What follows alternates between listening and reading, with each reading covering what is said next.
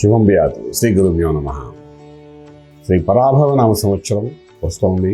ఈ పరాభవ నామ సంవత్సరంలోని 12 రాశుల వారికి ఏ విధంగా ఉంది అనే విషయాన్ని మనం తెలుసుకోవడం ప్రయత్నం చేస్తున్నాం. అందులో భాగంగా ముఖ్యంగా ప్రతి ఒక్కరూ చూసేది ఏంటంటే పంచాంగం తీయగానే మనకు ఆదాయం ఎంత ఉంది, వ్యయం ఎంత ఉంది, రాజపూజ్యం ఎలా ఉంది, అవమానం ఎంతవరకు ఉంది, ఇది 4 చూసుకుంటారు అందరూ.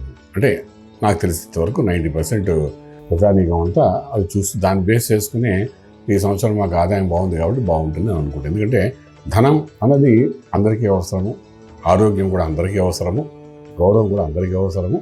అంతేత ఈ రకంగా చూసుకున్న తర్వాత వాళ్ళ ఒక మైండ్ సెట్ చేసుకుని సంవత్సరం అంతా దానికి అనుకూలంగా అడుగుజాడులు వేసుకుంటూ ముందుకెళ్ళడానికి ప్రయత్నం చేస్తుంటాం. సో ముఖ్యంగా గ్రహాల గమనాలేంటి, ఏవిలా మారుతున్నాయి, ఇవన్నీ మనం ప్రతి సంవత్సరం, ప్రతి నెల, ప్రతి 15 రోజులకు ఒకసారి రాశి ఫలాలు మనం చెప్తూనే ఉన్నాము.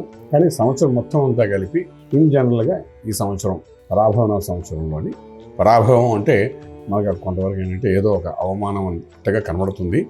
ఈ సంవత్సరం పేరు పెట్టినప్పుడు ఆ సంవత్సరంలో అది జరిగిన సంఘటనను బట్టి ఈ సంవత్సరానికి వాళ్ళు ఈ పరాభవ సంవత్సరం పెట్టి ఉండొచ్చు. దాని అంతరార్థం సంవత్సరం అంతా ఏదో పరాభవంలో మనం ఉంటామని కూడా కాదు. ఓకే, అలాగైతే కింద సంవత్సరం కూడా మనకు కొంతవరకు నామకరణం ప్రకారం ఏదో ఆలోచన వస్తుంది. కాబట్టి ఇవన్నీ మనం దృష్టిలో పెట్టుకుని మాట్లాడడం కాదు. కానీ ఇప్పుడు ఈ యొక్క పరాభవనామ సంవత్సరం ఏదైందో దాని గురించి మనం తెలుసుకునే ముందు ఏంటంటే ఈ రాశి ఫలాలు అనేది 12 మాసాలకి ఏ విధంగా మనం తెలుసుకుని అందరికీ శుభ ఫలితాలు కలగాలని ఈ సంవత్సరం అంతా అన్ని విధాలుగా బాగుండాలని కోరుకుంటూ రాజ్యం అంతా సుభిక్షంగా ఉండాలని, సస్యశ్యామలంగా ఉండాలని, రాజులు బాగుండాలని, యజమానులు బాగుండాలని, అదేవిధంగా ప్రజానీకం అందరూ ఆనందంగా ఉండాలని అనే ఆలోచనతో ఒక మంచి సద్భావనతో సద్హృదయంతో ఈ యొక్క రాశి ఫలాలు చెప్పాలని ప్రయత్నం చేస్తాం. ధనురాశి వారికి ఈ సంవత్సరం అంటే ఈ ఉగాది నుండి వచ్చే ఉగాది వరకు మధ్యలో ఏ విధంగా ఉంది అనే విషయాన్ని విశేషంగా తెలుసుకోవడం ప్రయత్నం చేద్దాం. ఇప్పుడు విశేషంగా తెలుసుకోవడం అంటే రాశి ఫలాల కంటే ముఖ్యంగా ఇదేంటంటే ఆదాయం వ్యయం ఎలా ఉంది, రాజపూజ్యం అవమానం ఎలా ఉంది అని తెలుసుకుంటే దాన్ని బట్టి ఒక ఆనందం, ఒక ఉత్సాహం కలుగుతుంది. కాబట్టి అందరూ అవి చెప్తుంటారు. కాబట్టి అందులో భాగంగానే ధనురాశి వారికి 14 భాగములు ఆదాయం ఉంటే వ్యయం మాత్రం 11 భాగములు ఉన్నాయి. అంటే అద్భుతంగా ఉందని చెప్పచ్చు ధనురాశి వారికి ఈ సంవత్సరం ఉంటాము. అలాగే రాజపూజ్యం 5 భాగములు కనబడితే అవమానం 6 భాగములు కనబడుతున్నాయి. సో దాని గురించి మనం పెద్దగా పట్టించి ఒక భాగం ఎక్కువే. కాబట్టి ఇక్కడ ధనురాశి వారికి 14 ఆదాయం అంటే ధనురాశిలో మనకు కనబడేది ఏంటంటే మూలా నక్షత్రం, పూర్వాషాఢ, ఉత్తరాషాఢ నక్షత్రాలు కనబడుతున్నాయి. ఈ మూలా నక్షత్రం, పూర్వాషాఢ, ఉత్తరాషాఢ నక్షత్రం గత 7 సంవత్సరాలుగా పడని ఇబ్బంది అంటూ లేదు ధనురాశి వారికి. తెలియని కష్టాలన్నీ కనబడుతూనే ఉన్నాయి. అలాంటిది ఈ సంవత్సరం మాత్రం అద్భుతంగా ఉందని చెప్పడంలో అతిశయోక్తి ఏం లేదు. అంచేత వీళ్ళకి ఆదాయం విషయంకి వచ్చినప్పుడు ఉద్యోగరీత్యా చేసే ప్రయత్నాలు ఏవైతే ఉన్నాయో ఈ ఫస్ట్ ఆఫ్ అంటే ఈ మార్చి 19వ తారీఖు నుండి జూన్ 15వ తారీఖు వరకు కొన్ని విశేషమైన ఉద్యోగ ప్రయత్నాల్లో సక్సెస్ఫుల్ అయ్యే అవకాశం ఉంది. ప్రమోషన్స్, ఇంక్రిమెంట్స్, అలాగే విధంగా ఒక లెవెల్ ఆఫ్ ఐడెంటిటీ జరగడం కానీ ఇవన్నీ జరిగే అవకాశం ఉన్నాయి. కాబట్టి మీ ప్రయత్నం లోపం లేకుండా ప్రయత్నం చేయండి, సక్సెస్ అనేది మేము ఫాలో అవుతుందని చెప్పచ్చు. అలాగే వ్యాపారం చేసేవాళ్ళు కూడా కొత్తగా ఇనిషియేట్ చేయాలనుకుంటే, లేదంటే ఎక్స్పాన్షన్ ఆఫ్ బిజినెస్ చేయాలనుకున్నా, లేకపోతే దాని సిస్టర్ కన్సర్న్స్ కింద ఏమైనా మొదలు పెట్టాలన్నా, పార్ట్నర్షిప్గా ఏమైనా చేయాలనుకున్నా వీటన్నిటికీ కూడా ఫస్ట్ హాఫ్లో ఇనిషియేట్ చేయండి. అది ఆల్మోస్ట్ ఒక 10 years వరకు మీకు సక్సెస్ చూపిస్తుంది. ఇంకా ఇవి రెండు మీకు పాజిటివ్గా నేను చెప్పచ్చు. ఆర్థిక విధంగా బాగుంది, వ్యాపార రీత్యా కూడా బాగుంది. శుభవార్తలు వింటారు, శుభమైన కార్యక్రమాల్లో పాల్గొంటారు. గృహప్రవేశం, శంకుస్థాపన, భూమి పూజ ఇటువంటి కార్యక్రమాల్లో పాల్గొంటారు. అలాగే ఇల్లు కొంటారు, ఇటువంటివన్నీ జరుగుతాయి. అలాగే మనకు వివాహ వ్యవస్థ కోసం చేసే ప్రయత్నాల్లో కూడా సఫలీకృతం అవుతారు.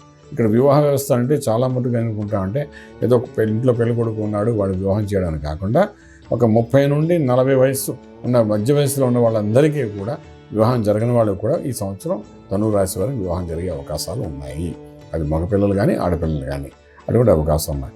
అలాగే మనకు ఇల్లు, వాకిలి, వాహనం ఇవన్నీ కూడా ఈ సంవత్సరం కొనుక్కోవడానికి అవకాశం ఉంది. ఇవన్నీ ఫస్ట్ ఆఫ్ అంటే మొదటి భాగం సంవత్సరానికి అంటే జూన్ 15 లోపల మీరు ఇనిషియేట్ చేయగలిగితే అది సక్సెస్ బాగానే కనబడుతుంది చెప్పచ్చు. గురువు యొక్క అనుగ్రహం ఉంది కాబట్టి డెఫినెట్గా అది మీకు ఒక మంచి ఫలితాన్ని ఇచ్చే అవకాశం ఉంది.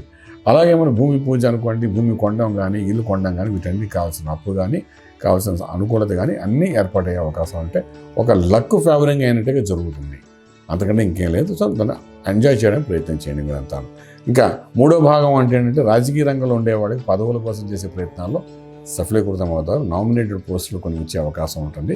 దాన్ని జాగ్రత్తగా మీరు చేసే అదేమంటారు మధ్యవర్తిత్వాన్ని వహిస్తూ ఎవరి ద్వారా అయితే మన మెసేజ్ పంపిస్తే మన పనులు అవుతాయి అలాంటివన్నీ మీరు చేసుకుంటే లాబింగ్ అంటారు. లాబింగ్ చేయగలిగితే మాత్రం డెఫినెట్గా మీకు ఆ పోస్ట్ వచ్చే అవకాశాలు బాగానే కనబడుతున్నాయి. అలాగే education institutes, coaching centres run చేసే వాళ్ళకి ఆర్థిక బలం చాలా అద్భుతంగా ఉండే అవకాశాలు ఉన్నాయి.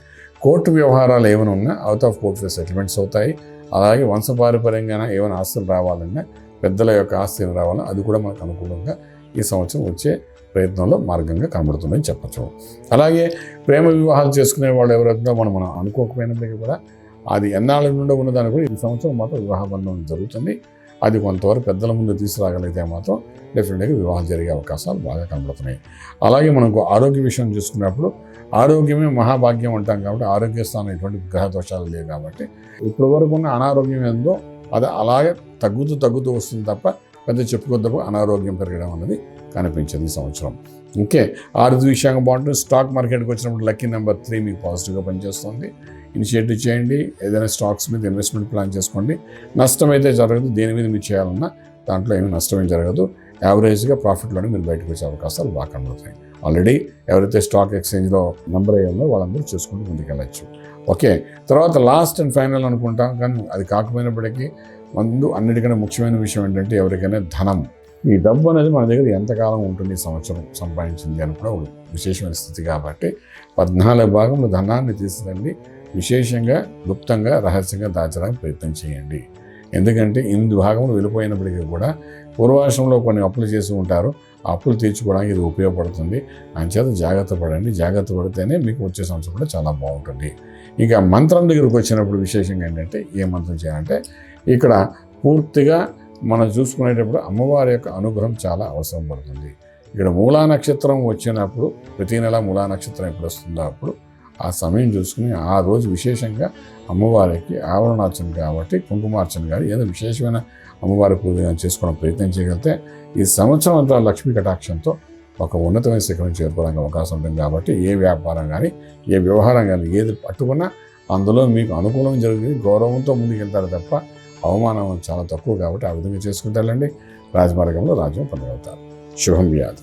పూర్తి వివరాలకు సంప్రదించండి శ్రీ వేదమాత గాయత్రి జ్యోతిష్యాలయం, Brahmasri మంతా Suryanarayana Sharma garu, Srinilayam, first floor, 101, Sai Vaibhav layout, Chitrapuri colony పక్కన, కాజాగూడ, హైదరాబాద్ 500008.